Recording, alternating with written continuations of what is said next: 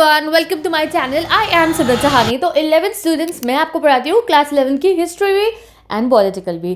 तो जल्दी से मेरे चैनल को सब्सक्राइब कर लो। और आज हम कौन सा चैप्टर पढ़ने वाले हैं? आज हम पढ़ने वाले हैं द 3 ऑर्डर्स। तो मैं पहुंच चुकी हूँ 4th चैप्टर के ऊपर। आई डोंट नो तुमने इसे पहले के चैप्टर को अच्छे से समझा या नहीं समझा, या अगर कोई भी डाउट्स है ना आपको पुराने चैप्टर्स के अंदर, तो 1, 2, 3 चैप्टर्स हमारे इस सब्जेक्ट के हिस्ट्री के एग्जाम पॉइंट ऑफ व्यू से बहुत इंपॉर्टेंट है, बहुत क्वेश्चन आएंगे। तो डिस्क्रिप्शन बॉक्स में मैंने 11th हिस्ट्री की प्लेलिस्ट बना दी है, जहाँ से जाके आप सारे चैप्टर्स पढ़ सकते हो line by line detail explanation. और साथ ही के साथ में चैप्टर्स पढ़ने के बाद में ना ज़रूरी होता है यार नोट्स मिल जाए हिस्ट्री के। समझ तो सब आ गया बट रिटन में होना चाहिए कि रिवीजन हो जाए। तो एक बहुत ही बेहतरीन नोट्स भी बना दे, वो भी मैं आपको प्रोवाइड करी हूँ अपनी इंस्टाग्राम आईडी के ऊपर, वो भी फ्री ऑफ कॉस्ट। जाओ वहाँ से क्लिक करो कि आप उसको प्रिंट आउट करवा सकते हो। तो सभी लिंक डिस्क्रिप्शन बॉक्स में गिवन है, you can go and check it out. और लास्ट में बात आती है देखो इंपॉर्टेंट क्वेश्चंस की। देखो ये मेरा मेन चैनल है सिमरन सहानी, यहाँ पे मैं हिस्ट्री के पॉलिटिकल के लेक्चर्स अपलोड तो करती हूँ, बट बहुत ज़्यादा ह्यूमैनिटी स्टूडेंट्स पे ध्यान नहीं दे पाती हूँ, क्योंकि बहुत सारे बच्चों से बात करनी होती है यहाँ पे। तो मैंने हम लोगों के लिए, जैसे मैं आप पे करियर काउंसलिंग कर पाऊँ, 12th तक आपको कैसे बिहेव करना है, CUET की तैयारी कैसे करोगे अगले साल, सब कुछ के लिए स्पेशली 11th स्टूडेंट तुम्हारे लिए, तुम्हारे क्वेश्चंस कराने के लिए नया चैनल स्टार्ट कर दिया है सिमरन सहानी ह्यूमैनिटीज़ नाम से। डिस्क्रिप्शन बॉक्स में उसका लिंक गिवन है, उसको जाके सब्सक्राइब कर लो। वो आपका घर होगा, ह्यूमैनिटीज़ का घर। वहाँ आपको हर सब्जेक्ट पढ़ाया जाएगा, हर एक की गाइडेंस मिलेगी और स्ट्रेटेजी भी। So go and subscribe to that channel. अब शुरू करते हैं हम अपना चैप्टर को। तो देखो इस चैप्टर में ना हम यूरोप के बारे में पढ़ने वाले हैं, बेसिकली वेस्टर्न यूरोप के बारे में, जहाँ आज के टाइम का फ्रांस है और ब्रिटेन है और जर्मन है, ये वाला जो एरियाज है इसको हम पढ़ेंगे। फ्रॉम 9 to 16 सेंचुरी यहाँ पे क्या होता था। अब देखो उससे पहले इस जगह पे क्या था, रोमन एम्पायर था। ये तो हमने पढ़ा ना, मेडिटेरेनियन सी के इधर उधर ये सारा रीजन किसका था, ये रोमन एम्पायर का था। बट रोमन एम्पायर वाले चैप्टर में हमने एंड में पढ़ा था कि रोमन एम्पायर की बहुत टेरिटरीज छूटती जा रही थी, क्योंकि जर्मेनिक ट्राइब्स जो थी, फ्रैंक, गॉथ्स हमला कर रहे थे रोमन एम्पायर पर और अपने अपने राज्य बना रहे थे। तो यही होना शुरू होता है, फ्रांस अपना एक अलग किंगडम बनना शुरू हो जाता है एंड अलग अलग ये किंगडम बन जाते हैं। और जब ये किंगडम बनते तो इनके यहाँ की सोसाइटी कैसे चलती थी ये हमें इस चैप्टर में पढ़ना है। अब फ्यूडल सोसाइटी क्या होता है, फ्यूड जो वर्ड निकला वो एक जर्मन वर्ड से निकला है। फ्यूडलिज्म आप इस चैप्टर में पढ़ने वाले हो। फ्यूडलिज्म में वर्ड क्या सुनाई देता है, फ्यूड वर्ड मतलब होता है लैंड, वो भी जर्मन में उसको लैंड कहा जाता है। तो उस ज़माने में ना लैंड ही ये मेजर सोर्स ऑफ पावर था। जिसके पास लैंड होगा वो अमीर होगा, बहुत अमीर होगा, और उसी की सत्ता यानी कि उसी का रूल रहेगा। ठीक है। नाउ क्रिश्चियनिटी का रोल हम पढ़ेंगे। रोमन रिपब्लिक में भी क्रिश्चियनिटी का बहुत रोल था, और बाद में जब रोमन एम्पायर का फॉल भी हो गया उसके बाद में भी रूलर्स की लाइफ में क्रिश्चियनिटी का बहुत रोल होता था, और एक नॉर्मल पेजेंट की लाइफ में भी होता था, एक आम आदमी की लाइफ में भी होता था। लोग चर्च जाते थे, उनको क्लरिकल प्रिविलेजेस मिलती थी, उनको टैक्सेस मिलते थे। ये सब हम इस चैप्टर में पढ़ने वाले हैं। तो हम 3 ऑर्डर पढ़ेंगे। पहला ऑर्डर होता है क्लर्जी का, जिसमें प्रीस्ट और मॉन्क्स आते हैं, पादरी और मॉन्क्स आते हैं। दूसरा नोबिलिटी का, नोबल्स और नाइट्स, नोबल्स जिनके पास ज़मीनें हैं, नाइट्स जो आर्मी प्रोवाइड करेंगे। एंड लास्ट में आता है पेजेंट्री, यानी कि बेचारे लोग जो किसानी करेंगे, खेती करेंगे। एंड सर्फ मतलब वो जिन्हें किसानी खेती करने के बाद एक फूटी कौड़ी नहीं मिलेगी उस काम करने की भी, बॉन्डेड लेबर्स। ठीक है। तो सबके बारे में इस चैप्टर में हम पढ़ने वाले हैं। तो सोर्सेज क्या है फ्यूडलिज्म के बारे में पढ़ने के लिए, इतना कुछ जो हम फ्यूडलिज्म के बारे में पढ़ेंगे तो हमें पता कैसे चला। तो यूरोपियन हिस्ट्री के पास बहुत सोर्सेज है। इन्होंने अलग अलग रीजन्स को स्टडी करा, इंडिविजुअल विलेजेस को स्टडी करा, समझने के लिए फ्यूडलिज्म को। लैंड ओनरशिप के रिकॉर्ड्स देखे, प्राइसेस देखे, लीगल केसेस देखे, चर्च के रिकॉर्ड देखे, चर्च के इंस्क्रिप्शन देखे, सॉन्ग्स देखे, स्टोरीज देखी, तब ये पता लगा पाए फ्यूडलिज्म के बारे में। चर्च के रिकॉर्ड्स देखे, बर्थ के, मैरिजेस के, डेथ के, इससे ये लोग फैमिली, पॉपुलेशन पता लगा पाए, ट्रेडर्स के एसोसिएशन पता लगा पाए, सॉन्ग्स और स्टोरीज से कैसे फेस्टिवल होते थे उस ज़माने में पता लगा पाए। और इन सोर्सेज से हिस्टोरियंस ने उस ज़माने की इकोनॉमिक एंड सोशल लाइफ के बारे में जाना। They also show long term changes such as population growth. इन्हीं रिकॉर्ड से पता चला कब पॉपुलेशन बढ़ी, कब घटी, कौन सा मौसम कब चला। They also help study short term event, जैसे कि पीजेंट रिवोल्ट्स, कब कब पीजेंट के रिवोल्ट हुए, ये सब हमें इन रिकॉर्ड से, कौन से रिकॉर्ड्स, लैंड ओनरशिप के records, prices, legal case, church record, church inscription और सॉन्ग और स्टोरीज से पता चला। जैसे कोई अगर पीजेंट रिवोल्ट होगा तो उस पर वो स्टोरी लिखते थे, this is the area of our, कौन सा, वेस्टर्न यूरोप। ये गॉल लिखा है, यही तो फ्रांस बना बाद में जाके। ठीक है। ये जर्मन स्टेट्स हो गए, ये इंग्लैंड हो गया। हम इन रीजन में फ्यूडलिज्म कैसे प्रैक्टिस होता था यही पढ़ेंगे इस चैप्टर में। तो मार्क बलूच कौन थे? एक बहुत फेमस फ्रेंच हिस्टोरियन है। इन्होंने फ्यूडलिज्म को और मेडिवल यूरोपियन सोसाइटी को स्टडी करा। कहते थे कि हिस्ट्री बस पॉलिटिकल इवेंट, इंटरनेशनल रिलेशन और ग्रेट पर्सनैलिटीज़ के बारे में पढ़ना नहीं है। हिस्ट्री में हमें ज्योग्राफी के बारे में पढ़ना पड़ेगा और लोग उस एरिया की कैसे बिहेव करते हैं ये भी पढ़ना पड़ेगा। उनका सबसे फेमस वर्क है ये फ्यूडल सोसाइटी, जहाँ उन्होंने फ्यूडलिज्म के बारे में बताया। इट मेनली स्टडीड कि फ्रेंच सोसाइटी कैसी थी 900 से 1300 के पीरियड में। एंड उनकी बुक में हमें क्या पता चलता है? Social relations, land management and popular culture क्या क्या थे। उनको नाजीज ने वर्ल्ड वॉर 2 में मार दिया था। अब ये पूरा चैप्टर तुम्हारा मैं तुम्हें एक इस ट्रायंगल से समझा सकती हूँ। ट्रायंगल से समझाती हूँ, मच ईजियर है। तो सब कुछ आप पे कितना पैसा, आपकी क्या आपकी सोसाइटी में एक औकात होगी, हिंदी में अगर हम कहें, वो डिपेंड करता था आप पे कितना लैंड है। तो इस ट्रायंगल में सबसे ऊपर तो राजा जी ही आते थे, ये तो अलग है ही, सोल रूलर। उसके बाद नंबर 1 पे आता था, फर्स्ट ऑर्डर पे आता था हमारा क्या? क्लर्जी, जो इस ट्रायंगल में तो आपको नहीं दिख रहे होंगे, बट सबसे ऊपर आते थे इस ऑर्डर में, जिनको कहते थे हम क्लर्जी, यानी कि चर्च के पादरी। अब जितने भी राजा होते थे रोमन एम्पायर में, जैसे हमने पढ़ा, वो भी जो है चर्च को, क्रिश्चियनिटी को मानते थे। ऐसे ही जो राजा होते थे वो भी चर्च को बहुत मानते थे। तो इसलिए उन्होंने जो है इनको एक रैंक दे रखी थी जिसको हम कहते थे क्लर्जी। इसमें होते थे बिशप्स, यानी कि चर्च के फादर, मॉन्क्स जो अकेले रहते थे अलग एबीज के अंदर, यानी कि एक अलग चर्चों के अंदर रहते थे, वो लोगों से ज़्यादा इंटरेक्ट नहीं करते थे। और बिशप जो पादरी होते थे, फादर्स होते थे, उनका काम था लोगों को बाइबल पढ़ाना, सिखाना, प्रेयर्स करना। ये जो क्लर्जी होते थे, इनमें से जो बिशप्स होते थे ये बड़े बड़े महलों जैसे घरों में रहते थे और इन पे बहुत लैंड होता था। तो आपकी वैल्यू किससे पता लगेगी? उस जमाने में लैंड से। तो राजा पे तो पूरा टेरिटरी राजा की है, तो राजा पे तो लैंड है ही, तो क्लर्जी के पास भी अपना लैंड होता था और उस पर ये टैक्सेस भी ले सकते थे। तो पहला ऑर्डर बनता है क्लर्जी से। दूसरा ऑर्डर बनता है नोबिलिटी से। नोबिलिटी कौन है? नोबिलिटी मतलब नोबल्स, एरिस्टोक्रेट्स, जिन पे ज़मीनें ही ज़मीन है, ज़मींदार। अब इन ज़मींदारों की ज़मीनों पे ये पीजेंट्स काम करते थे, ठीक है। और सबसे नीचे आते हैं पीजेंट्स, जो खेती ही करते रहते थे। तो ये चारों के बारे में हमें पढ़ना है। सबकी लाइफ कैसी थी इस चैप्टर के अंदर, बस और कुछ नहीं पढ़ना। Let's study. तो फ्यूडलिज्म में हम economic, legal, political, social relationship पढ़ने वाले हैं। The term comes from a German word feud meaning a piece of land. बता चुकी हूँ फ्यूडलिज्म का मीनिंग क्या है। फ्यूडलिज्म मेडिवल फ्रांस में डेवलप हुआ था, फिर ये स्प्रेड हुआ इंग्लैंड में और सदर्न इटली में। Economically feudalism was based on mainly on agriculture. Mainly feudalism किस पे था? एग्रीकल्चर पे था। जिसका एग्रीकल्चर का लैंड है वो अपने पीजेंट्स से उस पर काम करा रहे हैं, यही सब होता था। The main relationship was between the lords and the peasant. Main relationship किस में होता था? जो नोबिलिटी क्लास थी उसके और पीजेंट के। जितनी भी लैंड होता था, जितना भी ज़मीनें होती थी, वो नोबल्स की होती थी। बट वो ऐसे अपने रिच लाइफस्टाइल में, बड़े बड़े मैनर्स में रहते थे अपने बंगलों के अंदर। वो खुद उतर की खेती थोड़ी करेंगे, वो अपनी पूरी ज़मीनों को, जैसे मानो एक नोबल के पास 100 गांव हैं, तो वो 100 गांव को खुद थोड़ी जाके खेती करेगा, वो पीजेंट्स को वो उधार पे दे देगा, उनसे खेती कराएगा। पीजेंट्स खेती करेंगे, कुछ अपने पास रखेंगे और जो पैसा देना है नोबल को वो उसको बदले में देंगे। और पीजेंट्स जो है उसके लिए आर्मी का भी काम किया करते थे, यानी कि हथियार भी उठाएंगे जब नोबल कहेगा। अब नोबल के लिए वो इतना सब कुछ क्यों कर रहे थे? 2 रीज़न थे। पहला, वो उसके लैंड पे काम कर रहे हैं, और दूसरा, नोबल उसे प्रोटेक्शन देता था कि अगर कोई तुम्हें बाहर से लूटने आ गया तो मैं तुम्हें बचाऊंगा, मैं तुम्हारा ड्यूक हूँ, मैं तुम्हारा नोबल हूँ, मैं तुम्हारा लॉर्ड हूँ, ठीक है। तो peasants cultivated their own land and lords के लैंड भी। तो कुछ लैंड पीजेंट को भी मिल जाते थे, वो अपने लैंड पे भी खेती करते थे, और लॉर्ड का जो ज़मीन होती थी उस पे भी करते थे। पीजेंट लेबर सर्विसेज प्रोवाइड करते थे लॉर्ड्स को, एंड इन रिटर्न लॉर्ड उन्हें क्या देता था? मिलिट्री की प्रोटेक्शन। अगर आप पीजेंट हो उस ज़माने के, तो आपको क्या है, आपको डरे यार कोई भाई बाहर से लुटेरे आके हम पे कब्जा ना कर ले, तो आपको चिंता नहीं होगी कि यार मेरा नोबल है, तो मेरा लॉर्ड है ना, उसकी आर्मी है ना, वो हमें बचाएगी, ठीक है, मैं आराम से अपनी खेती करता हूँ। Lords also had an extensive judicial control over. अब कोई जस्टिस का सिस्टम होता है, जैसे कोई गांव में जैसे पंचायत होती है ना, और पंचायत के सरपंच होते हैं, वैसे ही क्या होता था उस ज़माने में, अगर किसी की कोई लड़ाई हो गई, झगड़ा हो गया, कोई बहस हो गई, कोई मुद्दा हो गया, तो अगर उनको न्याय चाहिए तो वो नोबल पे जाएंगे, नोबल ही उनका न्याय का फैसला करेगा। Therefore, feudalism covered economic, social and political life. Its roots can be traced from the Roman Empire and the period of Charlemagne. तो भाई रोमन एम्पायर के टाइम से इसकी थोड़ी थोड़ी रूट्स हैं।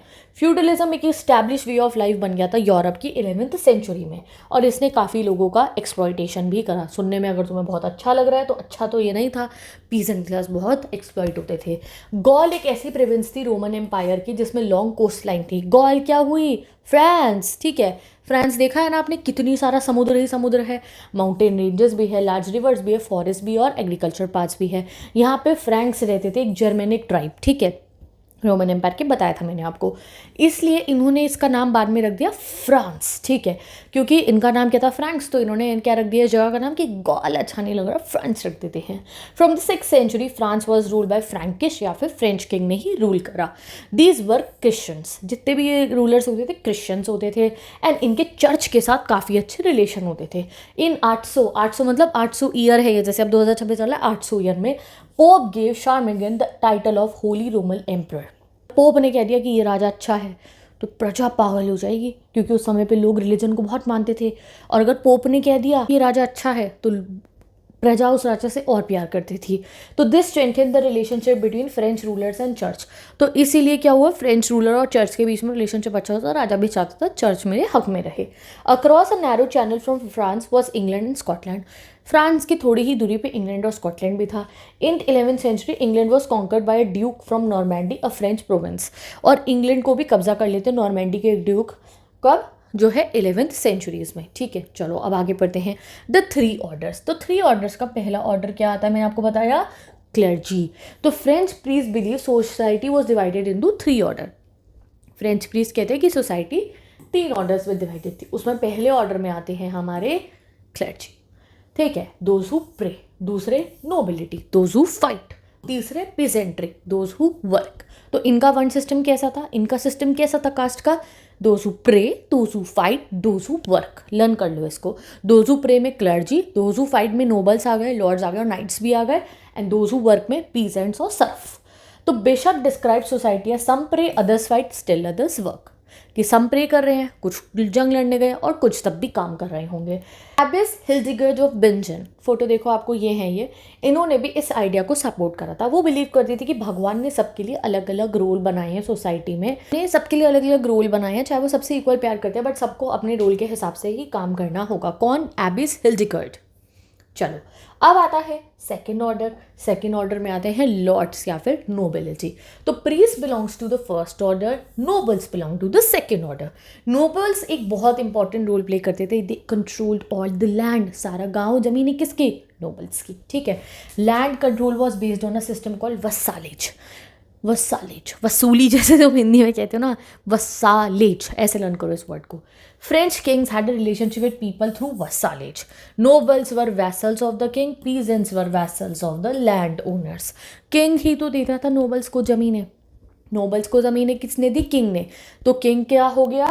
किंग का वैसल कौन हो गया? नोबल, ठीक है। किंग का वैसल कौन हो गया? नोबल हो गया। देखो यहाँ लिखा है वैसल्स टू किंग। अब नोबल्स पे ज़मीनें हैं, कौन दे रहा है ज़मीनें? सारी ज़मीनों का मालिक कौन है? किंग है। बट किंग बहुत ज़मीनों पे खुद बैठ के खेती थोड़ी करेगा या करवाएगा, उसने बांट दी वो नोबल्स में। तो नोबल्स कौन हो गए? Vassals to king.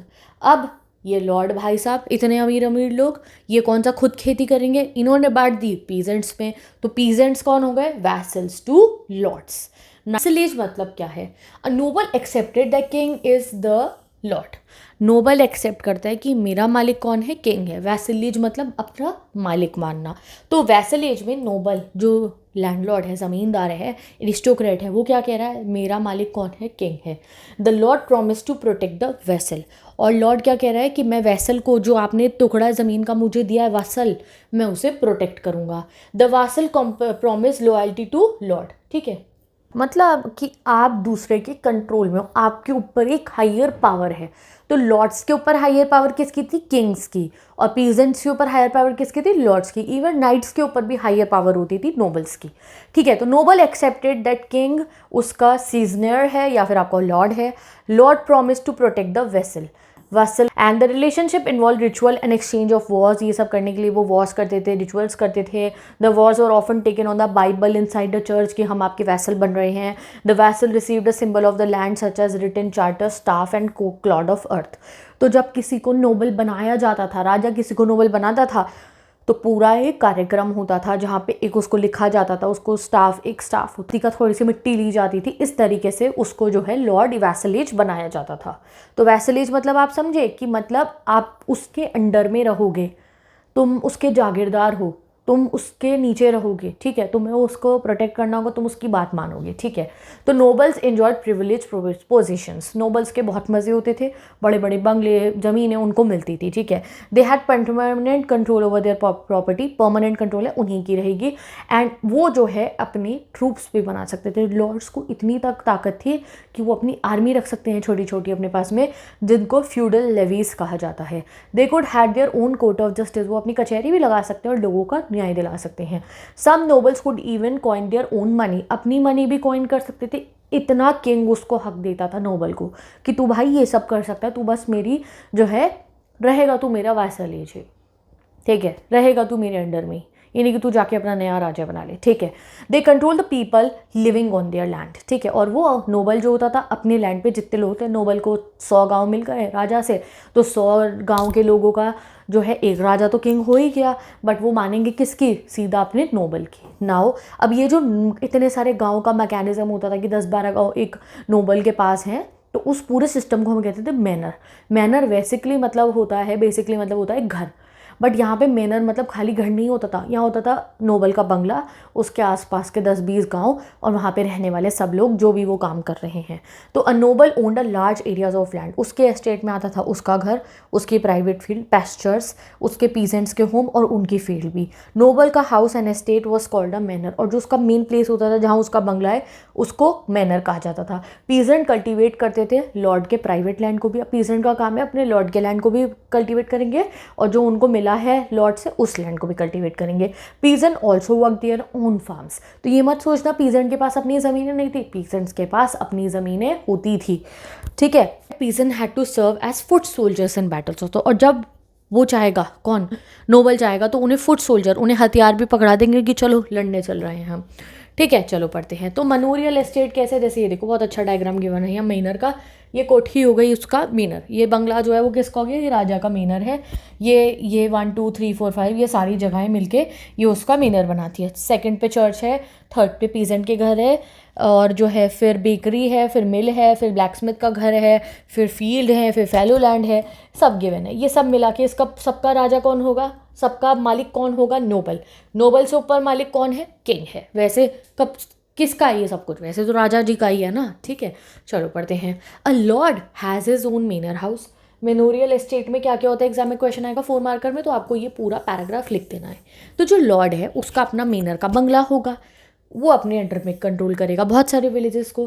कुछ पावरफुल लॉर्ड्स के पास तो 100 विलेजेस भी होते थे।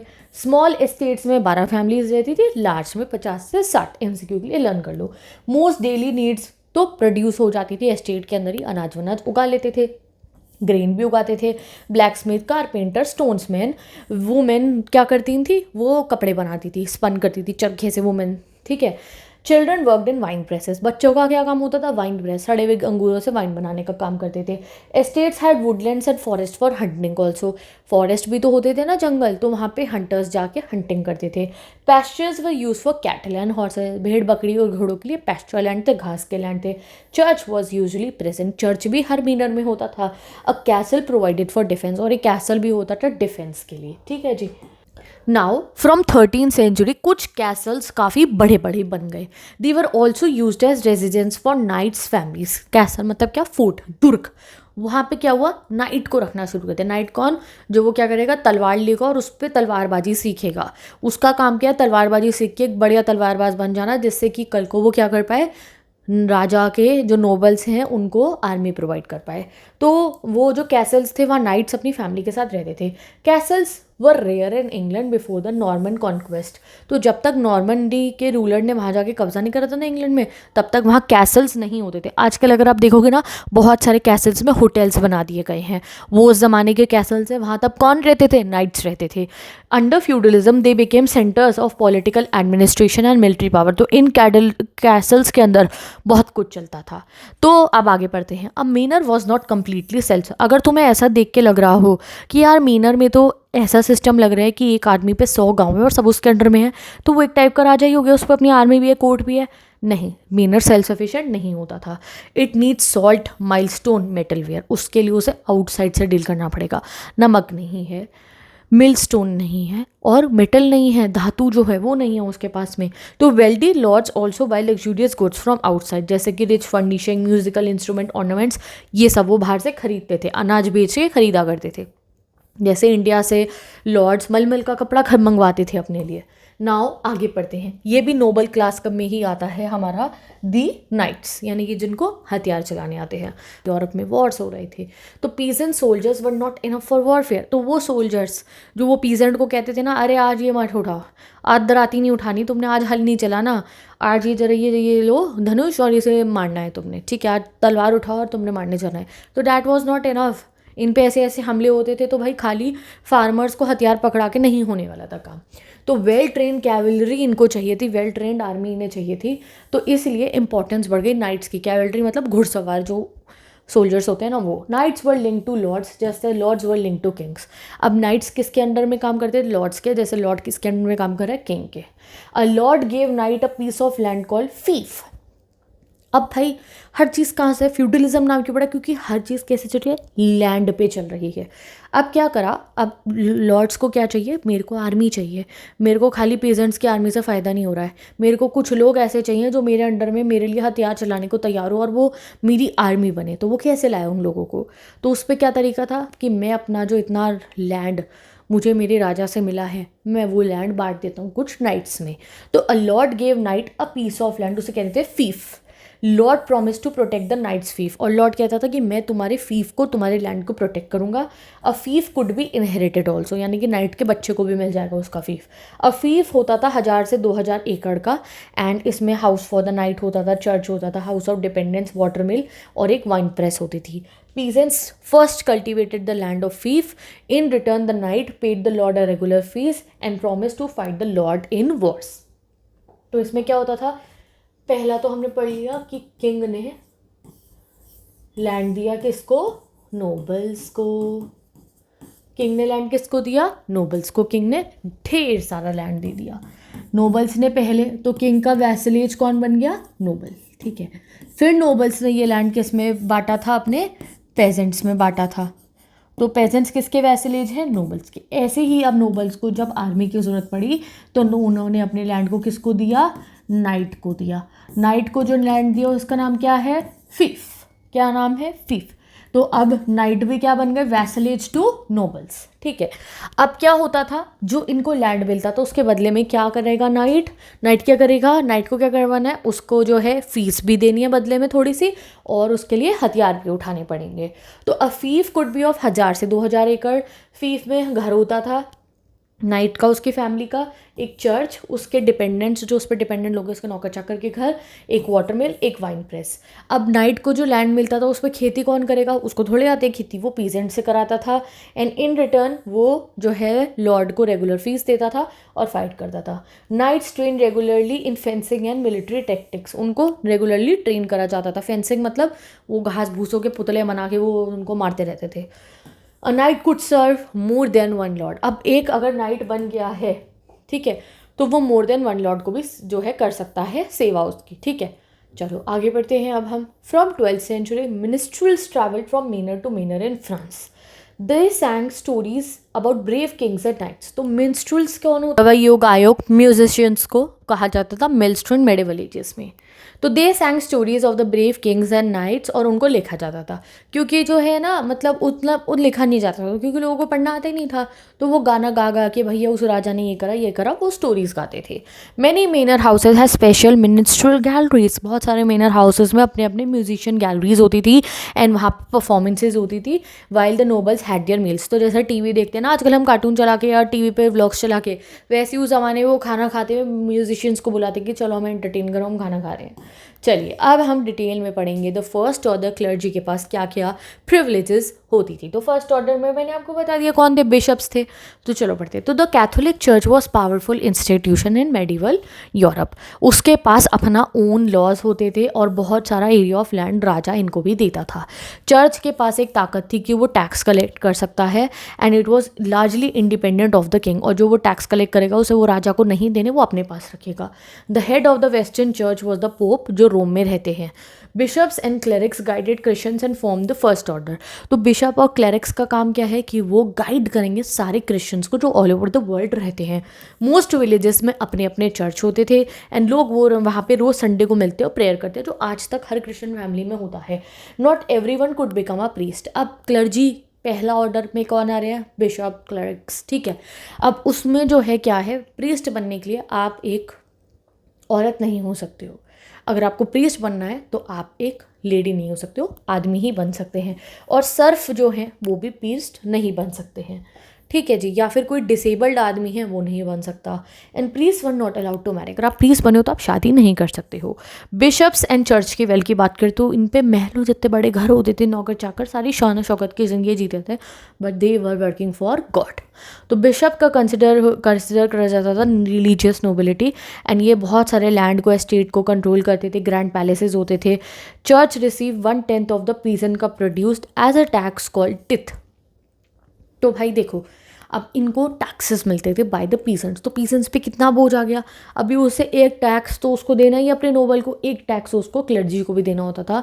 वो क्या होता था, टिथ, मतलब उसका जो भी फार्म का प्रोड्यूस निकला, उसने 100 किलो चावल उगाए हैं तो उसका 1/10 हिस्सा उसे क्लर्जी यानी चर्च को देना होगा। The church also receive endowments from wealthy people. Wealthy people भी उनको बहुत कुछ देते थे। एंडोमेंट्स मतलब क्या होता है ये आप बताओगे।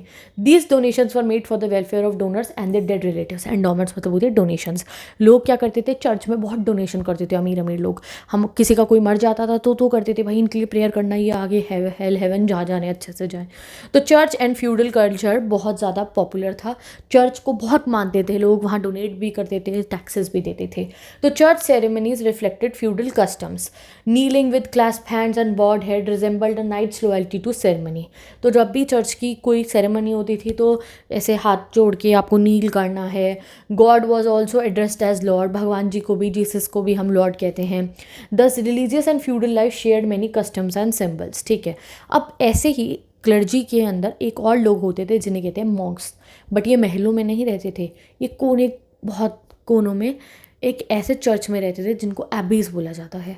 ये भी शादी नहीं करते थे, बट मॉन्क जो है एक लेडी भी बन सकती थी। जैसे प्रीस्ट का क्या काम होता था, वो बाइबल पढ़ाएगा लोगों को, चर्च में संडे को लोग आए उन्हें समझाएगा, क्रिश्चियनिटी को फैलाएगा। मॉन्क का काम क्या है, वो अकेले में, जैसे साधु संत होते हैं ना, अकेले में भगवान से जुड़ेगा वो। तो मॉन्क के लिए अलग अलग क्या बनी होती थी, एबीज या मोनेस्ट्रीज बनी होती थी। और नन भी बन सकती थी उसमें, यानी कि लेडीज़ भी मॉन्क बन सकती थी। जैसे वो मूवी द नन में आपने देखा ना, एबी दिखाया जाता है हमारे को। ऐसे तो वो हॉरर मूवी है बट उसमें बिल्कुल सही से दिखाया था कि नन्स वहाँ रहती हैं और भगवान जी को, जीसस को याद करती हैं। तो मॉन्क्स वर डीपली रिलीजियस क्रिश्चियन जिन्होंने सोचा कि वो ऑर्डिनरी सोसाइटी से दूर रहेंगे। वो एबीज या मोनेस्ट्री में रहते थे आइसोलेटेड। और 2 फेमस मोनेस्ट्री जो सेंट बेनेडिक्ट इटली में है और क्लूनी इन बरगंडी में है, ये बहुत फेमस है। तो मॉन्क्स वाव लेते हैं कि वो मोनेस्ट्री में ही सारा जीवन बताएंगे और वो वहाँ पे प्रेयर करते हैं, स्टडी करते हैं और कुछ काम खेती वेती का भी करते हैं। Monastic life was open to both men and women. औरतें भी नन बन सकती थी। मॉन्क्स एंड नन कभी शादी नहीं करते थे। Small monasteries gradually became large communities with 100 of member. धीरे धीरे बहुत बड़ी होने लगी। मोनेस्ट्रीज में लार्ज बिल्डिंग होने लगी, लैंडेड एस्टेट होने लग गए। बहुत मोनेस्ट्रीज में स्कूल, कॉलेज और हॉस्पिटल भी खुल गए। मॉन्क्स एंड नन ने बहुत कंट्रीब्यूट करा आर्ट और म्यूजिक के डेवलपमेंट में भी। Abbess Hildegard was a talented musician who help develop community singing of prayer, ठीक है। From the 13th century some monks became friars. कुछ मॉन्क्स बन गए फ्रायर्स। फ्रायर्स मतलब वो जो एक प्लेस से दूसरी प्लेस जाते हैं एंड प्रीच करते हैं, यानी कि लेसन्स देते, घूम घूम के लोगों को क्रिश्चियनिटी के बारे में बताते थे और बदले में भीख मांगते थे, बस और कुछ नहीं करते थे, ठीक है। वो मतलब कुछ ये नहीं कि उन्हें पैसे मिल रहे हो सब करने के, वो भिक्षा पे ही रहते थे। By the 14th century people increasingly question the purpose and value of monastic life. लोगों ने क्वेश्चन करने शुरू करा कि इसकी वैल्यू क्या है मोनेस्टिक लाइफ की। नाउ जो लैंगलैंड स्पियर्स प्लाउमेन थे उन्होंने क्रिटिसाइज करा था the luxury enjoyed by some monks. वो कहते थे कि कुछ कुछ मॉन्क्स ऐसे होते थे जो लग्जरी एंजॉय करते थे, उसे क्रिटिसाइज करते थे। चौसर की कैंटेबरी टेल्स ने भी बताया कि कैसे जो है ह्यूमरस पोर्ट्रे करा था उसने मॉन्क, नन्स और फ्रायर्स को। तो कई बार इनको क्रिटिसाइज भी करते थे लोग कभी कभी अगर उन्हें कुछ दिखता था तो। अब आता है हमारा द थर्ड ऑर्डर जो है हमारा फ्री एंड अनफ्री पीजेंट्स। चलो पढ़ते हैं। तो फ्री पीजेंट्स को पीजेंट्स कहते थे और अनफ्री पीजेंट्स को सर्फ कहते थे। फ्री पीजेंट्स क्या करते थे, फार्म्स कल्टीवेट करते थे अपने भी और जो अपने लॉर्ड्स होते थे उसके भी एज टेनेंट्स, ठीक है। Man had to perform military service also, यानी कि खेती तो उन्हें करनी ही है, उन्हें मिलिट्री सर्विस भी देनी होती थी 40 दिन पूरे साल के, ठीक है। And families had to work on the lord's estate for about 3 or more days a week. तो भाई अपने खेत जो उन्हें मिले हैं उस पर तो काम करना ही है शादी के साथ में, और वो खेत भी उनके नाम पे नहीं हो जाते थे, उस पर वो किराएदार होते थे, टेनेंट्स होते थे। और जो राजा के खेत हैं उनका राजा कौन, नोबल, उसके खेत पे भी जाके काम करना होता था हफ्ते में 3 दिन या उससे भी कभी कभी ज़्यादा। This work was called labour rent, कि ये तुम्हारी लेबर रेंट है, हमने भी तो तुम्हें ज़मीन दी है तो आके हमारे यहाँ भी काम करो। They also perform unpaid work, जैसे अब इन फार्मर से सब काम कराया जाता था, नालियाँ बननी है, फायर वुड कलेक्ट कर लाओ, फेंस बनाओ, रोड रिपेयर करो, भाई कोई पैसा ही नहीं देते थे उन्हें उस काम का। नोबल ने कह दिया 10-15 फार्मर को कि चलो सड़क बनाओ यहाँ की, तो कुछ 2 रुपये भी नहीं देंगे उन्हें उस काम के, फ्री में कराएंगे, क्योंकि तुम तो हमारी वैसलेज हो, तुम हम होगे। Women and children spinning thread, यानी कि चरखा चलाते थे, कपड़े बनाते थे, कैंडल बनाते थे, वाइन बनाते थे। Peasant sometime paid a direct tax called taille, कभी कभी ये डायरेक्ट टैक्स देते थे taille. Clergy and nobles were exempted from this tax, जिसको कहा जाता था टेल। टेल किसको देना होता था, राजा को। तो भाई पीजेंट खाली काम भी करे, राजा को भी टैक्स दे, चर्च को भी टैक्स दे, नोबल्स को भी टैक्स दे, वो क्या क्या करे। नाउ अब आता है दूसरा सर्फ। सर्फ कल्टीवेट करते थे लैंड जो उनके लॉर्ड्स को बिलोंग करता था। सर्फ किसके साथ रहेंगे, नोबल्स यानी लॉर्ड्स के साथ में। They had to give a large part of their produce to the lord, और जिस पे वो काम करते थे उसका बहुत सारा प्रोड्यूस उन्हें लॉर्ड को देना होता था। They also worked on the land of the lord's personal land, ठीक है। तो उसका जो पर्सनल लैंड है उस पर भी काम करेंगे, उन्हें उसका कोई वेज नहीं मिलता था जो काम वो करते थे। They could not leave the estate without lord's permission, और वो एस्टेट यानी कि अगर मेनर के अंदर रहते हैं अपने गांव के अंदर तो, या एस्टेट के अंदर रहते हैं जो एरिया जो लॉर्ड के अंडर में आता है, उससे बिना परमिशन के उससे बाहर भी नहीं जा सकते हैं।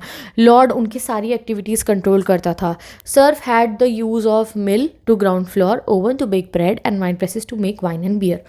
तो उनको इतनी सेवा करने की उस पर पता है क्या कहते थे, चलो ठीक है हमारी मिल में अपनी चक्की में अपना आटा पीस लेना, हमारी बेकरी में अपनी ब्रेड बना लेना और हमारी वाइन प्रेस में अपनी वाइन बना लेना। बस उनको इतना ही कंफर्ट मिलता था, इतना काम करने का फ्री में लॉर्ड्स के लिए। द लॉर्ड कुड इन्फ्लुएंस और control the marriage of Surf, sometimes charging a fee for permission. उनकी शादी भी सर्फ किससे करेगा ये भी डिपेंड करता था लॉर्ड पे, इवन पैसे लेता था परमिशन देने के लिए कि हाँ शादी कर सकते हो या नहीं, वरना शादी भी नहीं करने देता था। चलो अब इंग्लैंड में 11वीं सेंचुरी में फ्यूडलिज्म डेवलप हुआ। एंग्लन्स और सैक्सन्स जो थे सेंट्रल यूरोप के, वो यहाँ सेटल हो जाते हैं और नेम इंग्लैंड यानी कि एंजल लैंड इससे डेवलप हुआ, ठीक है। एंगल्स का लैंड ना, एंगल्स। इन 11वीं सेंचुरी विलियम जो डूक ऑफ नॉर्मैंडी थे उन्होंने इंग्लैंड पे हमला करा। विलियम ने डिफीट कर दिया सैक्सन किंग को और वो खुद राजा बन गया। आफ्टर दिस फ्रांस और इंग्लैंड फ्रीक्वेंटली लड़ते रहे टेरिटरी और ट्रेड के लिए। विलियम वन ने मैप करा land and divided it among 180 Norman nobles who had come with him. तो विलियम वन ने क्या करा, उसने ना मतलब 180 भागों में जो है ज़मीन का बंटवारा कर दिया और अपने सारे नोबल्स को दे दिया जो उसके साथ आए थे वॉर लड़ने के लिए। Theirs noble became the chief tenants for the king, और ये किंग के चीफ टेनेंट बन गए। They had to provide military support to the king and they were also required to provide a fix number of knights, और इन्हें knights भी king को देने होते थे। The noble gave part of their own land to knights in return of their service, और आपको पता है नॉर्मली में तो नोबल्स के लिए नाइट काम नहीं करेंगे, तो जो उनको लैंड मिला था उसमें से थोड़ी सी ज़मीन वो नाइट्स को देते थे। Knights serve the noble just as noble serve the king, तो वैसे लिए चलता था। Private warfare by knights was forbidden in England, कि भैया नाइट्स आपस में नहीं लड़ सकते हैं। And Anglo Saxon peasants became tenants under different levels of land holder. तो भाई जो ये पीजेंट्स होते थे इंग्लैंड के, ये अलग अलग ओनर्स के टेनेंट्स जो है वो बन गए थे। चलो आगे बढ़ते हैं। Factors affecting social economic relation. The first 2 order जिनको फ्यूडल सोसाइटी में स्टेबल और अनचेंजिंग माना जाता था, but several factor gradually change the social and economic relation. पहले तो ऑर्डर के तो मज़े थे, क्लर्जी के भी मज़े, नोबल्स के भी मज़े, खेती तो पीजेंट्स ने करनी है, बट एक ज़माना आया जब इनकी जो मज़े थे ना उसमें प्रॉब्लम आने वाली थी। क्यों? क्योंकि इन्वायरमेंटल चेंज हुआ, इनका सारा पैसा कहाँ से रहा? एग्रीकल्चर से। इन्वायरमेंट ख़राब तो एग्रीकल्चर कहाँ से करोगे? तो और एग्रीकल्चर टेक्नोलॉजी पे चेंज होने के, लैंड को भी ये बहुत ज़्यादा यूज़ कर चुके थे, इसलिए लॉर्ड और वासल्स कौन हुए? पीजेंट्स। उनके बीच का रिलेशन चेंज हुआ। From 5th to 10th century Europe में बहुत सारे फॉरेस्ट थे, बहुत जंगल है यहाँ पे। देयरफॉर अवेलेबल लैंड एग्रीकल्चर का बहुत कम था। फॉरेस्ट ख़त्म करोगे तभी तो खेत बनाओगे। तो पीजेंट्स को ऑपरेशन मिल रहा था बहुत ज़्यादा। पीजेंट पे इतना टैक्स देना है तो कुछ पीजेंट परेशान होकर सोचते थे अरे जंगल के अंदर छुप के रह लेता हूँ, इनके यहाँ पे रहने से अच्छा। तो यूरोप ने ये देखा कि ना पीजेंट भाग भाग के जंगल में जा रहे हैं और यहाँ पे कोल्ड क्लाइमेट बहुत होने लग गया, मतलब बहुत ठंड पड़ती थी यहाँ पे। तो इसीलिए जो है सीवियर कोल्ड, लॉन्ग विंटर्स, और इसलिए शॉर्टर ग्रोइंग क्रॉप सीजन होता था, मतलब टैक्स इन्हें ज़्यादा मिल ही नहीं पाता था, ज़्यादा खपत होती ही नहीं थी, लोअर एग्रीकल्चर प्रोडक्शन हो रहा था। From 11th century Europe entered a warmer climate phase, but 11th century से यूरोप में गर्माई आने लगी। हाई टेम्परेचर से लॉन्गर ग्रोइंग सीजन हुआ, खेती ज़्यादा होने लग गई, और फ्रॉस्ट कम हुआ सॉइल पे, यानी कि सॉइल के ऊपर मिट्टी ना, मतलब बर्फ़ जमी भी कम होने लगी, तो प्लॉइंग अच्छे से हो रही थी। एंड देन फॉरेस्ट एरिया कम होने लग गए और ज़्यादा लैंड आ गया कल्टीवेशन के लिए। तो जैसे ही बर्फ़ हटी तो इन्होंने बहुत सारे जंगलों को खेतों में कन्वर्ट कर दिया। दस the warmer climate help in the expansion of agriculture. चलो लैंड यूज़ अब पढ़ते हैं। तो एग्रीकल्चर टेक्नोलॉजी बहुत प्रिमिटिव थी। मेन टूल वुडन हल यूज़ करते थे ये, और it only scratch the surface of the soil. तो वुडन वाले हल से सरफेस होता है, आयरन टिप से अंदर तक होता है। It could not fully use the soil natural fertility. तो एग्रीकल्चर वहाँ पे हाईली लेबर इंटेंसिव था। Fields often had to be dug by hand. तो फील्ड्स को हाथों से डग करवाते थे ये लोगों से, क्योंकि इनके पास तब आयरन टिप वाला प्लॉ नहीं था। And effective crop rotation system होता था यहाँ पे। लैंड को 2 पार्ट में डिवाइड कर जाता था। One was planted for winter, ठीक है जी, the other was kept fallow, एक को खाली रखा जाता था। Next year rye was planted on the previously fallow field, the other field was then left fallow. तो एक को छोड़ा जाता था, एक को बोया जाता था। This system gradually reduce the soil की फर्टिलिटी, एंड फेमाइंस और मेल न्यूट्रिशन यहाँ पे बहुत कॉमन थे। Life was specially difficult for the poor peasants, क्योंकि इनको खाना पीना भी इतना नहीं मिलता था, तो ये अगर बीमार पड़े तो मर ही जाएंगे। Lords wanted to increase their income. Lords का तो यही होता था, मुझे इनकम इंक्रीज करनी है, और एग्रीकल्चर आउटपुट इतनी आसानी से तो आप बढ़ा नहीं सकते हो। तो वो तुम उसे मार के तुम अनाज थोड़ी ज़्यादा उगा लोगे, तुम्हें उसे ज़्यादा लैंड देना पड़ेगा और या उसे ज़्यादा काम करवाना पड़ेगा। तो अब लॉर्ड्स क्या करते थे? ज़बरदस्ती उनसे ज़्यादा खेती करवाते थे, ज़्यादा जगह पे, और ज़्यादा समय तक काम कराते थे। एंड जो लीगल ऑब्लिगेशन होती थी, लिखित में जो है कि इतना ही पीजेंट से काम कराया जा सकता, उससे भी ज़्यादा कराते थे। नाउ पीजेंट्स ने फिर रिवोल्ट करा कि भाई हम भी इंसान हैं, हम कितना काम करेंगे। And peasant did not openly accept this exploitation. टेस्ट तो पीजेंट कर नहीं सकता था, आर्मी है नोबल के पास, तो वो spend more time working in their own field, अपने ही खेत में काम करते रहते थे। Kept more of their production for themselves, अपना प्रोडक्शन ज़्यादा अपने पास रख लिया, और एक्स्ट्रा अनपेड सर्विसेज नहीं करते थे। Conflicts developed on pastures and forest. अब पेस्चर लैंड जहाँ घास है और जंगल में भी कॉन्फ्लिक्ट हुए। Peasant consider these resources to belong to the whole community. Peasants ने कहा ये जो जंगल है और घास करने की जगह है, ये तो सबकी है, खाली आपकी थोड़ी है। Lords treated as their private property, और लॉर्ड्स तो इसे भी प्राइवेट प्रॉपर्टी कहते हैं। नाउ एग्रीकल्चर टेक्नोलॉजी चेंज होती है। 11th सेंचुरी से जो है हैवी आयरन टिप प्लॉशेयर आ गया, एंड उससे आप अच्छे से सॉइल को डिग कर सकते हो। मोल्ड बोर्ड्स आ गए, जिससे टॉप सॉइल प्रॉपरली जो है आप उसके न्यूट्रिएंट्स को यूटिलाइज कर सकते हो। And the method of attaching animal की आप बुलक कार्ट यूज़ कर लो, बैलगाड़ी यूज़ कर लो, उससे भी बहुत ज़्यादा फ़र्क पड़ा, ठीक है। Horse's were fitted with iron horse shoes protecting their feet from damage, और जो घोड़े की नाल होती है ना, वो भी उनके पैरों में अब लगानी शुरू कर दी थी। Water and wind power energy को भी इन लोगों ने यूज़ करना शुरू कर दिया था, यानी कि वाटर व्हील बनाया, उससे ग्राइंडिंग प्रेस करी, प्रेसिंग ग्रेप्स करी। 2 फोटो लगानी हूँ, देखना, ऐसे आटा की चक्की पानी से की पावर से, और जो है वाइन का वाला सिस्टम, ठीक है। तो इस तरीके से इनको काफ़ी फ़ायदा मिला। 3 फील्ड सिस्टम। अब old 2 field system was gradually replace by the 3 field system. अब इन्होंने 3 फील्ड सिस्टम लगाया। एक फील्ड में वीट और राई लगाते थे ये ऑटम में, सेकेंड फील्ड में ये पीस और बीन्स लगाते थे स्प्रिंग में, और ओट्स एंड बार्ली लगाते थे एनिमल फॉडर के लिए, ठीक है। The third wheel was kept fallow, और तीसरी फील्ड को खाली बंजर छोड़ देते थे। The use of 3 field was rotated everywhere, और ऐसे रोटेट कर देते थे। This allowed land to be use for 2 years out of 3।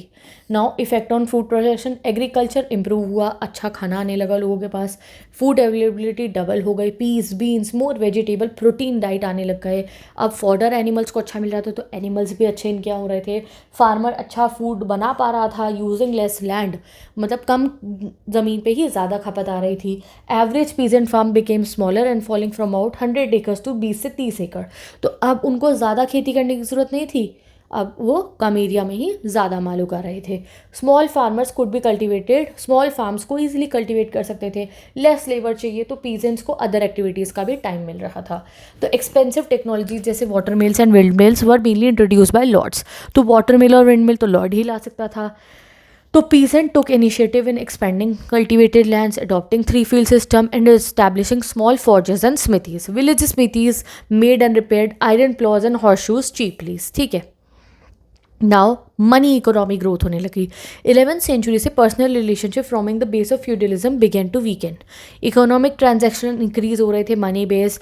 Lord increasingly demanded cash rent instead of labour service. अब लॉर्ड्स ने क्या कहा, हमें लेबर सर्विस नहीं चाहिए कि खाली, पहले क्या करते थे, पहले पीजेंट को क्या देना है उसे, उसके फार्म पे जाके बस खेती करनी है या उसके घर के काम कर देने हैं, डिच बना दी, ये कर दी, वो कर दिया। अब वो पैसे मांग रहे थे। Peasants sold their crops for money to traders for sale. Peasants व्यापारियों को बेचते थे, व्यापारी टाउन ले जाते थे सेल के लिए। ग्रोइंग यूज ऑफ मनी ने इन्फ्लुएंस करा प्राइस को। Prices increase specially during pure harvest. अगर कभी ऐसा हो कि बेकार हुई फसल तो प्राइस राइज हो जाते थे। इंग्लैंड में एग्रीकल्चर प्राइस डबल हो गए 1270 से 1320s में। ठीक है। नाउ अगले टॉपिक पे आते हैं, fourth order, new towns and towns people. तो आपने गांव के लोगों के बारे में पढ़ लिया, अब शहर के लोगों के बारे में पढ़ेंगे। तो agriculture expansion led to growth of population, trade and town. तो एग्रीकल्चर बढ़ा तो लोगों ने खाना खाया पिया, लोगों पैसे आए, पॉपुलेशन बढ़ने लग गई। यूरोप की पॉपुलेशन इंक्रीज हो गई 42 मिलियन से 62 मिलियन में, फिर 73 मिलियन में। Better food improved health, increase the life expectancy, बच्चे मरे भी नहीं, लोग मरे भी नहीं। यूरोप में lived about 10 years longer than 8th century. तो जितना लोग पहले जीते थे उससे 10 साल ज़्यादा जीने लग गए। वुमेन एंड गर्ल्स का पहले ज़्यादा, मतलब अगर देखो ना पहले ज़माने में तो औरतें और बच्चे जो होते थे वो कम जीते थे एज कम्पेयर टू मैन, क्योंकि वो अच्छा खाना खाते थे। नाउ टाउन्स बनने लगे, शहर बनने लग गए। कहाँ पे, बहुत अच्छे से इंग्लैंड के अंदर।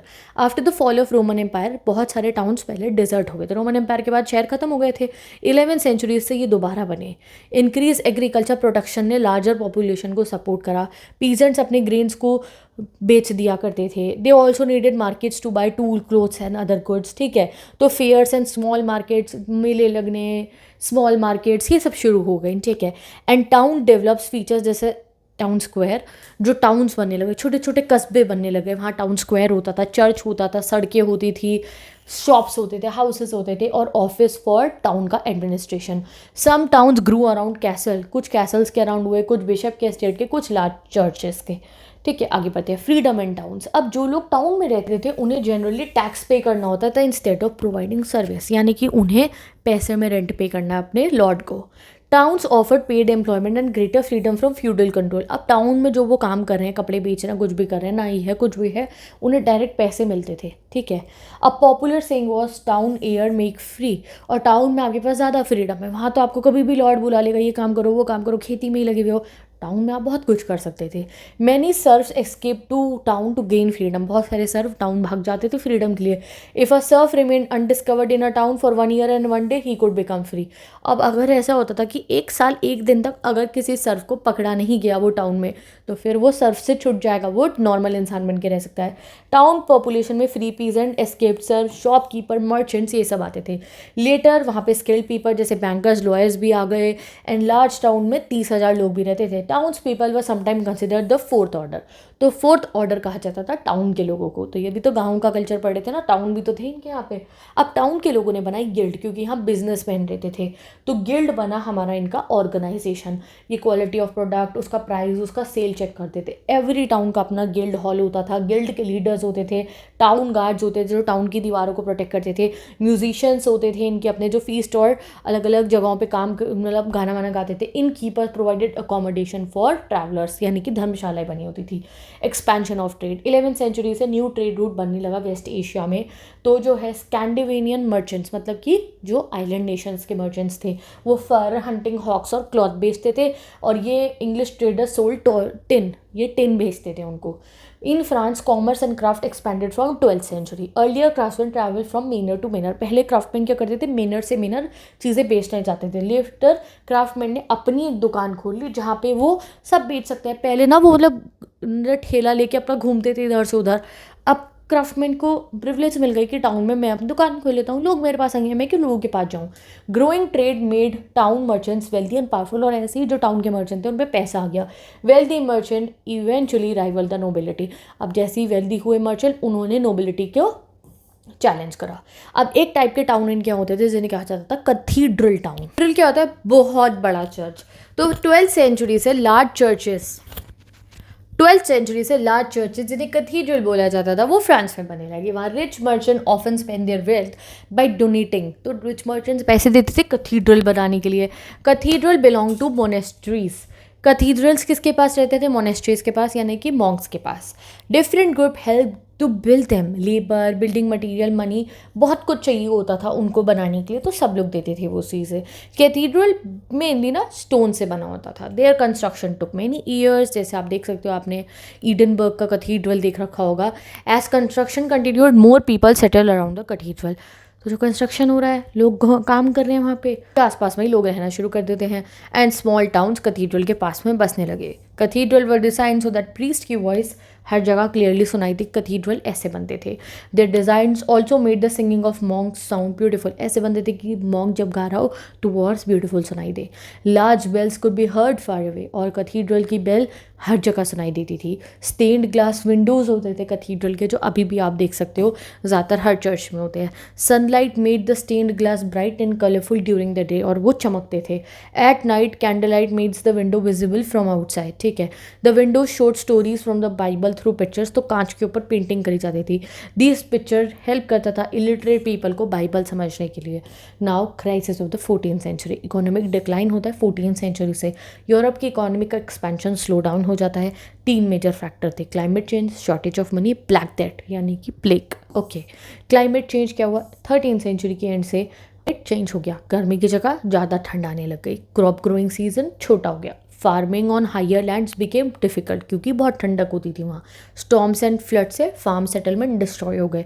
Earlier forest and pastures had been cleared on a large scale for farming, तो पेस्चर और फॉरेस्ट को क्लियर करके और खेत बनाए गए। प्रॉपर सॉइल कंजर्वेशन नहीं हुई, एग्जॉस्ट हो गए सॉइल। शॉर्टेज ऑफ पेस्चर से क्या हुआ, कैटल उनके घास की जगह तुमने छीन ली तो वो भी मरने लगे। The resulted severe famines especially during 1350 to 1370, और मैसिव कैटल डेथ हुई उसके बाद 1320s में, यानी कि कैटल भी बीमार होने लगी, भूखी होने लगी। नाउ मनी शॉर्टेज हुई। Trade suffered because shortage of silver money, silver के कॉइन की शॉर्टेज हो गई। सिल्वर प्रोडक्शन माइंस में ऑस्ट्रिया की और सर्बिया की कम होने लगा। गवर्नमेंट ने रिड्यूस करा amount of silver in coins की, कॉइन को चीप मेटल का बना देते हैं, सिल्वर कम डालते हैं। Cheaper metal were mix with silver to make up the shortage. Now सबसे मुसीबत होती है ब्लैक डेथ से। जैसे अब कोरोना वायरस आया था तब आती थी ये प्लेग, बीमारी का इलाज नहीं है तो वो महामारी बन जाएगा। तो ग्रोइंग ट्रेड से क्या हुआ, ये लोग ना यूरोपियन पोर्ट्स पे ना मतलब हर जगहों से सामान आता था, अफ्रीका से भी आता था, हर जगह से आता था। तो एक रैट आ जाता है, चूहा चढ़ के आ जाता है, जिसको बुबोनिक प्लेग था। This epidemic reach western Europe in 1347 and 1350, और इसको ब्लैक डेथ बोला जाता है क्योंकि इससे 20% ऑफ यूरोप की पॉपुलेशन मर जाती है। उनके पास इसका इलाज तो था नहीं, उनके यहाँ पे some areas lost 40% of their population. Trade centres, cities badly affect हो गई। Monasteries and convents were seriously affected because people live closely together, ठीक है। प्लेग से बच्चे, बूढ़े, जवान सबको हुआ जो है खतरा। Further outbreaks occurred in 1360s and 1370। Europe की पॉपुलेशन 73 मिलियन से 45 मिलियन हो गई, इतने लोग मर गए। मैसिव डेथ से डीपॉपुलेशन हुई। क्या हुआ, डीपॉपुलेशन, ठीक है। There was a serious shortage of labour, अब डीपॉपुलेशन से लेबर शॉर्टेज हो गई। एग्रीकल्चर एंड मैन्युफैक्चरिंग दोनों कम होने लगी। फ्यूअर पीपल में लोगों की डिमांड भी कम होगी एंड एग्रीकल्चर प्राइसेस फेल होने लगे। At the same time labour became more valuable, अब जनता कम है काम करने के लिए, इनके पास मर गई इनकी जनता सारी, तो भाई इंसान की वैल्यू बढ़ गई। वेजेस इंक्रीज हो गई because employees needed work. Now England में एग्रीकल्चर वेजेस बढ़ गई 250% से after the black death, and surviving workers gained greater bargaining power, ज़्यादा वेजेस भी डिमांड कर सकते थे। Now after the black death surviving worker बहुत वेजेस डिमांड कर सकते थे। लॉर्ड भी सफ़र करते हैं अब, क्योंकि एग्रीकल्चर प्राइस तो कम हो गए और वर्कर की वेजेस तो इंक्रीज़ हो गई कि एग्रीकल्चर प्राइस तो कम है, डिमांड नहीं है ज़्यादा, अब इतना अनाज बन रहा है। उस लैंड तो ख़राब नहीं हुआ ना ब्लैक डेथ से, लैंड तो होता ही है, उतनी ज़मीन से उतना अनाज निकलना है, खाने वाले उतने लोग हैं नहीं, तो एग्रीकल्चर प्राइस क्या हो गया, कम हो गया। जब चीज़ों की डिमांड कम है और गुड्स ज़्यादा है तो सस्ती हो जाती है चीज़ें, बट वर्कर्स, इंसान कम थे अब, तो काम कराने के लिए वर्कर्स अब ज़्यादा पैसे मांग सकते थे, तो इसलिए जो लॉर्ड जो इतने मज़े से जी रहे थे इतने समय से, उनकी इनकम डिक्लाइन होती है। लॉर्ड्स ने ट्राई करा मनी बेस्ड एग्रीमेंट्स कैंसिल करने के लिए और ब्रिंग बैक लेबर सर्विसेज। उन्होंने सोचा कि यार ये जो करा ना मैंने टाउन पीपल के लिए कि उन्हें पैसे दे दूंगा मैं, और लेबर सर्विस वाला कॉन्ट्रैक्ट हटा दिया था कि तुम्हें बस बदले में हमें लेबर सर्विस देनी होगी, वो बेटर था, ठीक है। Peasants strongly oppose this attempt, और पीजेंट्स ने इस अटेम्प्ट को मना करा। क्यों? क्योंकि जो पीजेंट्स टाउन में जाके रहते थे, अब उनको सर्विस तो नहीं देनी है ना लॉर्ड को, उसके कामकाज तो नहीं करने, उसको भी पैसे देने, पैसा तो वो कमा रहे थे, ठीक है। The better educated and more prosperous peasant were particularly active in resisting the lords, और लॉर्ड्स क्या कह रहे थे कि तुम अब हमें पैसे मत दो, हमारे लिए काम करना। तो देन मेजर पीसेंट रिवोल्ट हुए फ्लैंडर्स में, फ्रांस में, इंग्लैंड में। Lords brutally suppress these rebellions, lords उसको, उस पर अपनी आर्मी थी, वो इन्हें चुप करा देता था। These revolts were strongest in the region जहाँ पे इकोनॉमिक प्रॉस्पेरिटी थी, जिस पे पैसा था वो दोबारा जाके लॉर्ड के लिए काम थोड़ी करेगा, ठीक है। This shows that peasants wanted to protect their economic gain they had achieved. Despite repression, the opposition of peasants prevented the old feudal relation from being fully restored. तो भाई old feudal relation नहीं हुआ। old feudal relation में क्या था, उन्हें जाके मेनर में काम करना है, उसकी वाइन प्रेस चलानी है, उसके बर्तन धोने, उसके कपड़े धोने हैं, उसकी फील्ड पे काम करना है। अब वो ये सब नहीं करता था, वो पैसे दे देता था बदले में। अब ये क्या चाह रहे थे, दोबारा से वो वाला सिस्टम। इन्होंने कहा नहीं, हम पैसे देंगे, क्योंकि पैसे तो ये कमा रहे थे।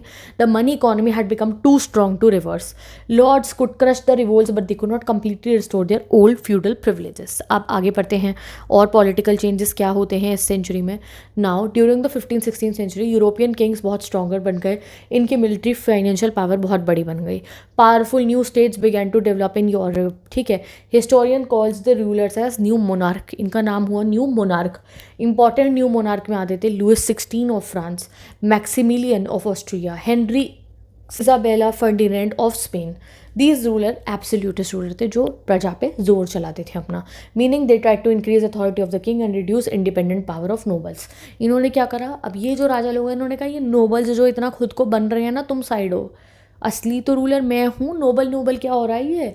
The new monarch started creating standing आर्मीज, अब इन्होंने अपनी आर्मीज बनानी शुरू करी जो परमानेंट थी, प्रोफेशनली ट्रेन थी, और अब ये नोबल की आर्मी पर डिपेंडेंट नहीं होते थे। They also develop permanent bureaucracy अपने लिए, नेशनल टैक्सेशन कर दिया इन्होंने। In Spain and Portugal strong monarch also supported overseas expansion, कि हम लोगों पर हमले करेंगे। The rise of this monarch was connected to decline of the feudal system, lordship and vassalage. तो जब ये मोनार्क ने कहा कि मुझे क्या मिल रहा है इस सब में रहने से, नोबल्स के ही मजे हो रहे हैं, मैं तो वहाँ ऊपर कोने में बैठा हूँ, हाँ बस मैं राजा हूँ, तो राजा जी ने कहा मैं सारी सत्ता अपने हाथ में लूँगा, और नोबल्स की पावर कम होने लगी। नेशनल टैक्सेशन, सारा टैक्स मेरे पास आएगा, सब कुछ मैं करूँगा, ठीक है। Earlier king dependent heavily on feudal levees, पहले तो किंग भी फ्यूडल पैसे पर डिपेंड करता था, जहाँ नोबल उसको वो सब देता था। The new monarch replace this system with professionally train soldiers. अब पहले फ्यूडल लेवीज मतलब क्या था, आर्मीज। पहले आर्मी कौन रखता था, नोबल्स नाइट्स को ट्रेन करते थे, नाइट्स मिलके नोबल्स के थ्रू किंग की हेल्प करेंगे। अब उन्होंने कहा ये दो सिस्टम हटाओ, मैं अपनी आर्मी खुद रख लूँगा। These armies use new weapon जैसे गन और artillery which increase military power, इन्होंने बंदूकें भी रख ली। The aristocracy found it difficult to resist king, अब ये नोबल एरिस्टोक्रेसी किंग को रेजिस्ट ही नहीं कर पाए, एंड जो है किंग और ज़्यादा स्ट्रॉन्ग हो गया। टैक्सेस लगा दिए कि उसे क्यों टैक्स चाहिए, आर्मी के लिए अपनी। These आर्मीज help king defend and expand there territories, and अलग अलग जगहों पे जो है ये कब्जे करने के लिए। नाउ अब नोबिलिटी ने इस चीज़ का डिस्ट्रिक्शन करा, ठीक है। Centralisation of royal power did not happen peacefully, कि भाई पहले पावर डिवाइडेड थी, किंग से फिर क्लर्जी में, इधर यहाँ नोबल्स में, नोबल्स से नाइट में, और नाइट के बाद भी फ्री पीजेंट्स भी है, सर्व भी है। पावर का ऐसा एक डिवीजन था। अब किंग ने क्या कहा, सारी पावर मेरे पास, सब मेरे अंडर में रहेगा। तो एरिस्टोक्रेसी ने इसको रेजिस्ट करा था because they feared losing their traditional power. उन्होंने लगा मेरी पावर तो चली जाएगी, तो बहुत कॉन्फ्लिक्ट हुए मोनार्क और नोबल्स के बीच में। In England several rebellions against royal authorities took place. Okay, France में भी हुए बहुत सारे rebellions. Lesser nobles also resisted the king because they wanted power, and religious wars in France during 16th century were partly connected with the conflict of royal and religional liberties. तो कुछ religion पे ही जो war होते थे वो इनके साथ mix नहीं हुए, बट धीरे धीरे नोबल्स को मोनार्क की बात माननी पड़ी। इवेंचुअली नोबल्स ने रियलाइज़ करा कि वो मोनार्क को तो नहीं हरा सकते हैं, तो इंस्टेड ऑफ उसका दुश्मन बन जाए, इन्होंने सोचा इसको सपोर्ट ही करते हैं राजा को, राजा के साथ रह के ही फ़ायदा है। They received important position in the royal administration. ज़्यादातर सबको रॉयल एडमिनिस्ट्रेशन में काम मिल गया ऑफिसेस के अंदर। Because former feudal lords continue to play important role, तो royal absolutism has sometimes been described as modified form of feudalism. तो जो है, अब जो पुराने लॉर्ड्स थे अब भी वो बहुत काम करते थे, पैसा भी मिलता था, तो ये का एक नया टाइप का फ्यूडलिज्म है। However new political system old feudal system से बहुत अलग था। Earlier the king was at the top of the pyramid of personal relationship based on loyalty and dependence. Under the new monarchy the king became the centre of an organise court society. पहले वो top पे था, वो centre में कि सब कुछ मेरे हवाले होगा। King develop patron client relation to gain cooperation of influential people. उसने पैट्रॉन क्लाइंट रिलेशन निकाला कि कोई अगर आदमी अच्छा पोएट है तो वो जाएगा उसको अपना बॉस बनाएगा किंग को कि मैं आपके अंडर में काम करूंगा। Patronage became an important method through which king ने लोगों को रिवॉर्ड करा। Money became increasingly important in obtaining royal patronage. वो मनी लेता था, जैसे एक बहुत अच्छा पोएट है, राइटर है, वो जाएगा राजा के पास, कहेगा मैं इतना अच्छा लिखता हूँ, आप मुझे अपने कोर्ट में रख लो, वो उसे पैसा देगा, वो उसके लिए लिखेगा। This allowed merchants and banker who were not part of traditional aristocracy to gain influence at the royal court. तो मर्चेंट बैंकर्स ने भी पैट्रोनेज ले ली राजा से। Merchants and banker often lent money to king. Even कुछ इतने अमीर हो जाते थे जो मनी भी उधार पे देते थे किंग को, which the king use to pay their soldier, और किंग उस पैसे से सोल्जर को पेमेंट करता था। The new monarch created space for non feudal group. Okay, now France और एस्टेट जनरल की बात करते हैं। करेंगे फ्रांस की। तो देखो, फ्रांस के अंदर ना एस्टेट जनरल रिप्रेजेंट करते थे 3 ट्रेडिशनल ऑर्डर को। एस्टेट जनरल मतलब क्या होता था? अब देखो, फ्रांस के अंदर अगर राजा है, ठीक है, मैं कह रही हूँ ये राजा है, तो राजा लोग ना अपने 3 हाउसेस होते हैं। पहले हाउस में आता था, जैसे हमारे यहाँ 2 हाउस है ना, राज्यसभा और लोकसभा, ऐसे ही डिसीजंस लेने हैं सोसाइटी के अंदर, तो उसके लिए एक तो राजा हो ही गया, ठीक है। उसके अलावा 3 हाउस और थे, एक क्लर्जी लोग थे, एक नोबिलिटी लोग थे, और एक ये पीजेंट्स हो गए, टाउन पीपल हो गए, ये लोग तीन और तरीके के लोग थे। तो it had 3 separate houses for these groups. 1614 में एस्टेट जनरल, मतलब कि इनकी पूरी एक असेंबली होती थी, was called during the reign of young king Louis 13। तो लुइस 13 जो थे एक बच्चे राजा थे, छोटे होते हुए राजा बन गए थे। इन्होंने एस्टेट जनरल की असेंबली बुलाई जिसमें तीनों हाउसेस थे।